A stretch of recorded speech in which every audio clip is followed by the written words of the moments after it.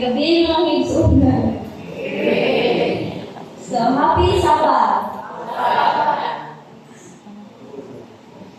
So, before ito mag-start, at before ko mag-dive sa ato ang kung anong good is, naka-i-ask na question.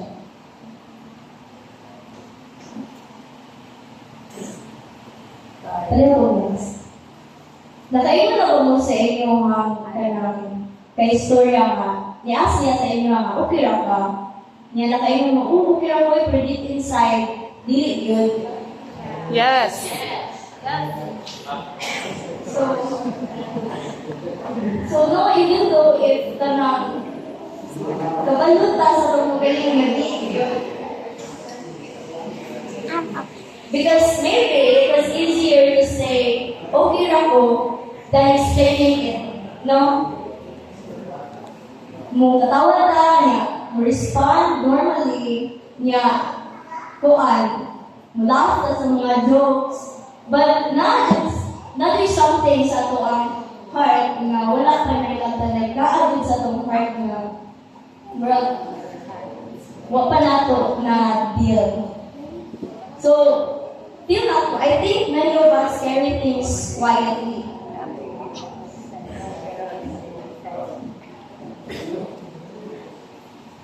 We hide behind our busy schedules, atong studies, diba? Sa social media, pero ang Bible is direct dyan, ani, baliw ko friends. Direct dyan ang Bible about ani sa ato ang topic. So, iyon dira sa Proverbs 4:23, above all else, guard your heart, for everything you do flows from it. So, ang ingon is everything, no? Wala na ingon nga some things. So, ang ingon everything, ato ang mga decision, ang ato ang kanang kung saan na ito pag-talk sa itong parents, kung saan na ito paglantaw sa ato ang kaumaon, sa itong future. And it all starts in that quiet place inside us.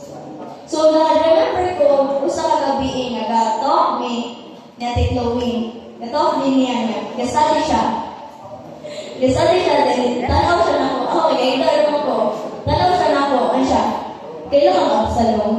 Ano ko, ha? Gatong gwapo? Gatong gwapo niya. Gatong, ito? So, pakiro? Mabala siya? Saan? And then, ingat siya. I think, kasabot na ako ni Absalom. Ano ko, ha? Ano naman? Kaya, pagtanaw na mo, so, pag ingat niya, kasabot siya ni Absalom, story niya sa pang story. So, ang story ni Absalom, wala day siya ni Mataw one day, na, ingat siya, dito sa wadlaw na rin, ako kawayo ng papa. O siya niya, anak. Something happened before siya na yung anak. And then, but nilook ni sa 2 Samuel 13, nakabalungin nga nung na yung anak si Absalom. So it all starts sa iyang sister na si Tamar. So no, kay ko sa story, si Tamar is guwapa siya siya. Pareho sila na Absalom, guwapa rin sa Absalom. So guwapa siya iyang sister. And then, naipog si Amnon kang Tamar. Si Amnon, kay mo rin siya ilang half brother kang King David, papa na si King David. And then, pagkaw na ito is, naibihin mo si Amnon kang Tamar, which is nakapalagot kang Absalom. And then, si Absalom, naglago siya, wala siya na exploded. So, iya sang gi-store ang iyang pain na feel inside his heart. Ang kapait for whole 2 years. So, likod lang siya diba? And then, siya ay kanang nalakot na daw siya sa iyang papa because wala na ibuhat iyang papa. Nasuko iyang si King David, but ingon ang Bible nga he stayed silent. He stayed silent. And then, ingon si Absalom, if my father won't fix this, I will. Ingon siya. Then, so no, sometimes where the real danger is sa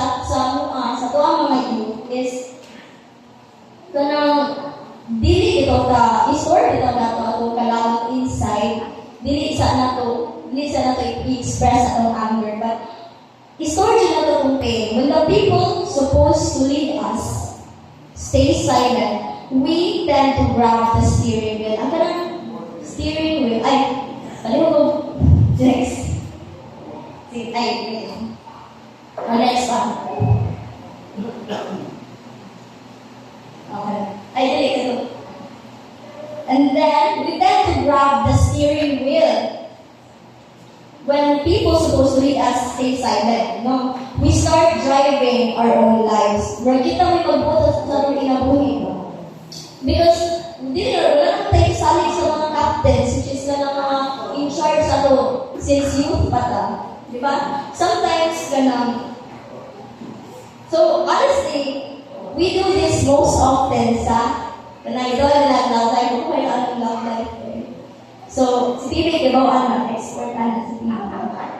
So, a few days after may nag-stalk niya kay Chloe, nag-scroll ako sa akong phone. And then, nakakita kong video na like, nag-talk sila about unsaon nila ay how they try to force things. Ilang i-focus ang mga butang na dapat mahitapuni sa relationship because we're afraid of being alone. So, nakaisip ko nga, daghan man sa mga youth nga naaani na situation, like situationships. You know, you're talking every day, investing, is my baby girl. Investing your heart, you're checking your phone every 5 seconds to see. Mas ko pa dyan yung no?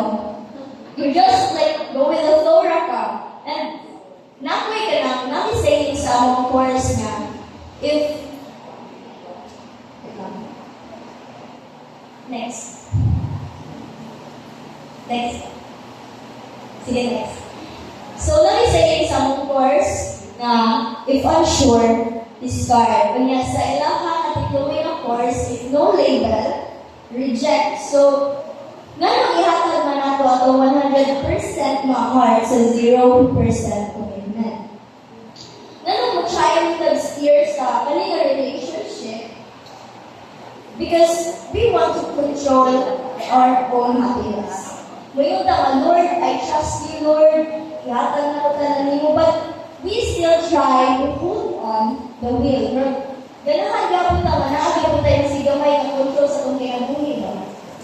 Mo-invest ng mga people na kanang dili sure, wala pa ka-decide na they want to be in one boat with us. We're trying to steer a car nga wala pa gihatag sa Ginoo ang Yahweh.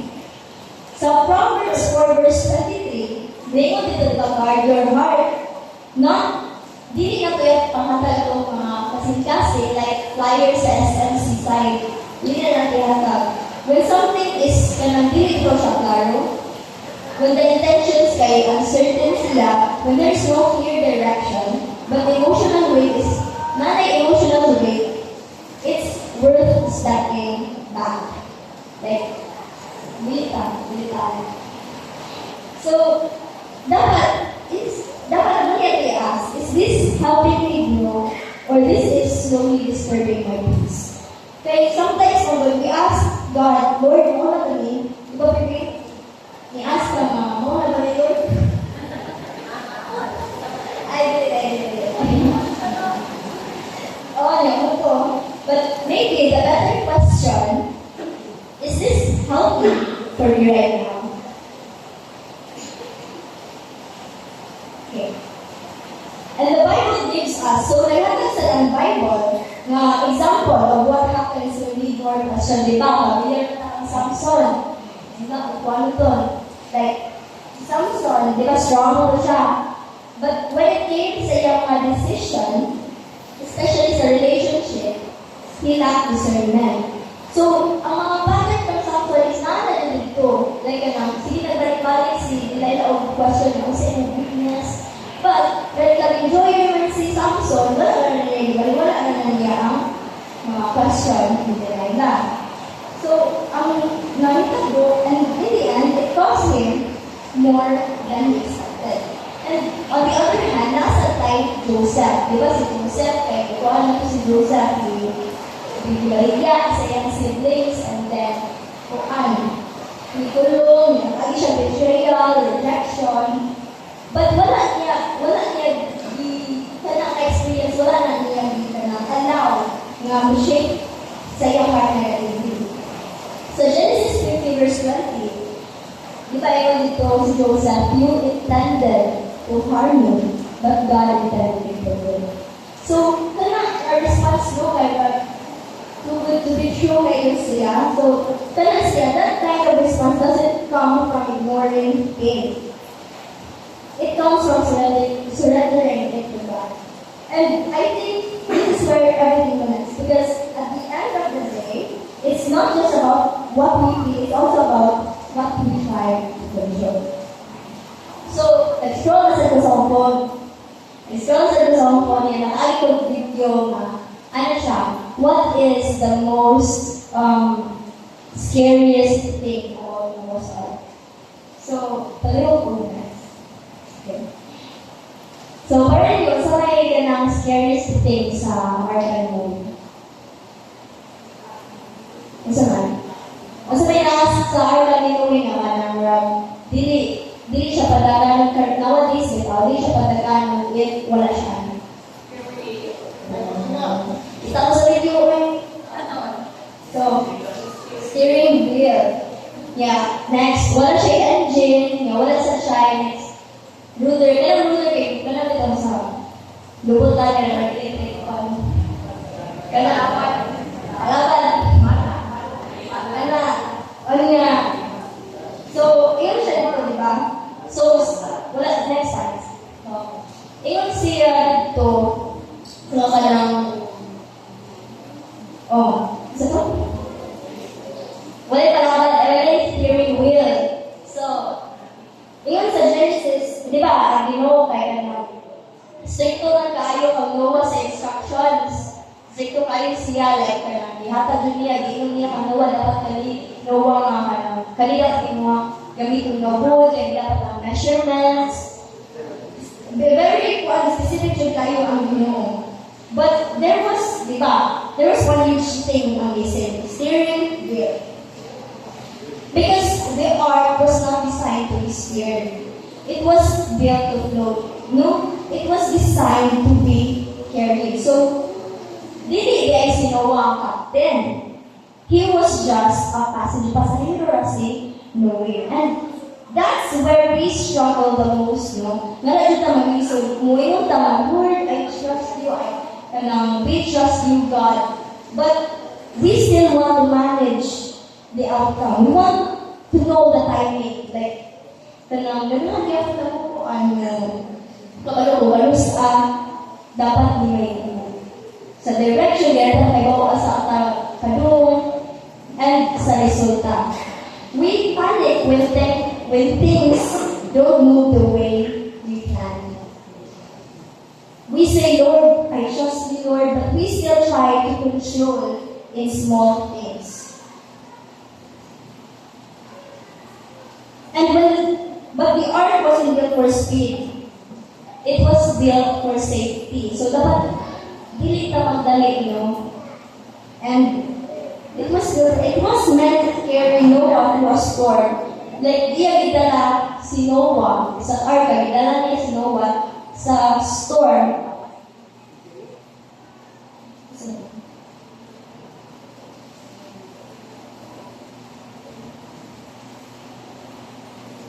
Yeah, it was built for safety. It was meant to carry Noah through a storm. He could not navigate on his own. Diba?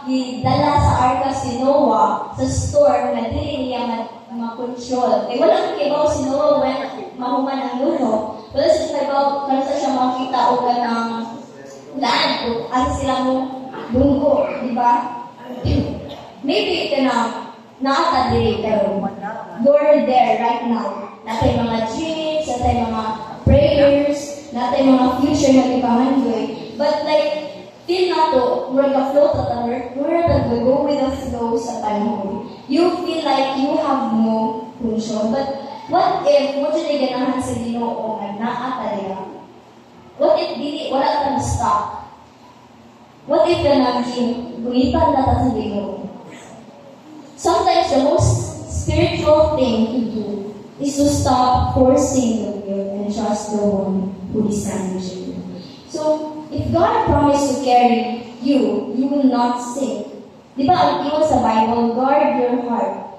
Dili lang siya about protecting your heart from others. It's also about learning to trust God, what you cannot control. Because a guarded heart is not a closed heart. It's a heart that knows where to place its trust. So, when we need na to let go, why should we trust sa captain or sa in charge? Because, di ba, what happened to Absalom? Iyang kuha ang will. Iyang gikuha ang will. And then, because he started a war. And then, to get the control he thought he deserved. And in the end, namatay siya, namatay siya. The most haunting part of the story is in 2 Samuel 18:33. Next slide. Iyon siya. The war was over na. The war was over. King David, nalaw kasi King David sa war. Nakabalik na siya sa iyang trono, di ba? But wala siya ipaki sa iyang throne.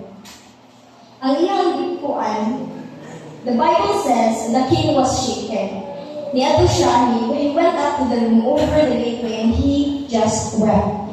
Hihilak siya. Wala siya hihilak because about sa iyang, naman siya hihilak about sa iyang kingdom. He cried para kang Absalom. So, muna siya ang pinaka-heartbreaking na cry, no? A father wishing he could have taken the place of his rebellious, hurting son. So, di ba, iyang ginahan siya if kanang makakuha siya sa place ni Absalom instead si Absalom ang mamatay, siya. So, but David couldn't do it, mga kaisunan. Kisa may ibuhatan, God did. Ang Ginoo. God saw us. Nakakita ang Ginoo sa ato ang nag-try to control sa atong kinabuhi into a rank. Nakakita siya ang Absalom sa ato ang. Natay mga inner Absalom.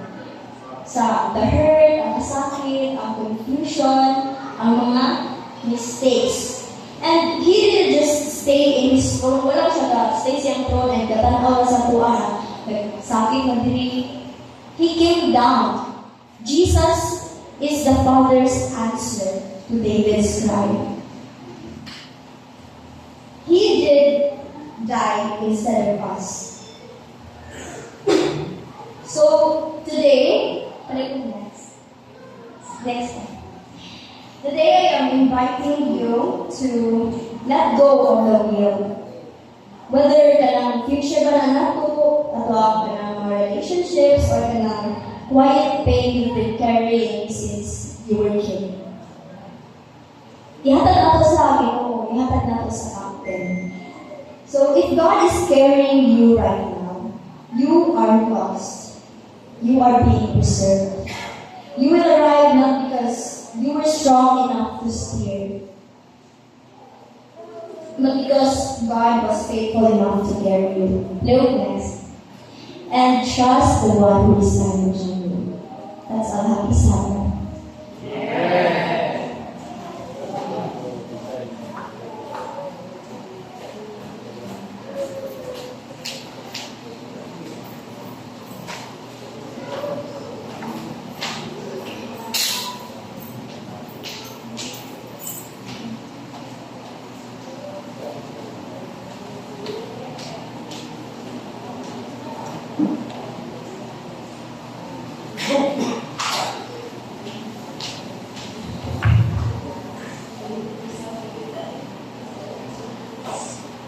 For our closing song, let's all stand and sing when he cometh.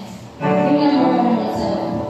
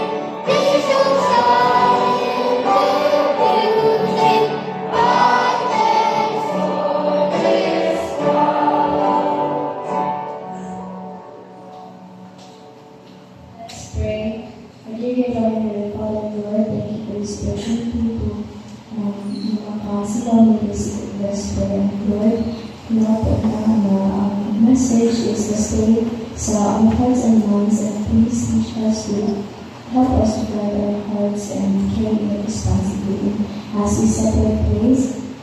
You be with us until we go home safely in peace, and forgive us for all our sins and possibly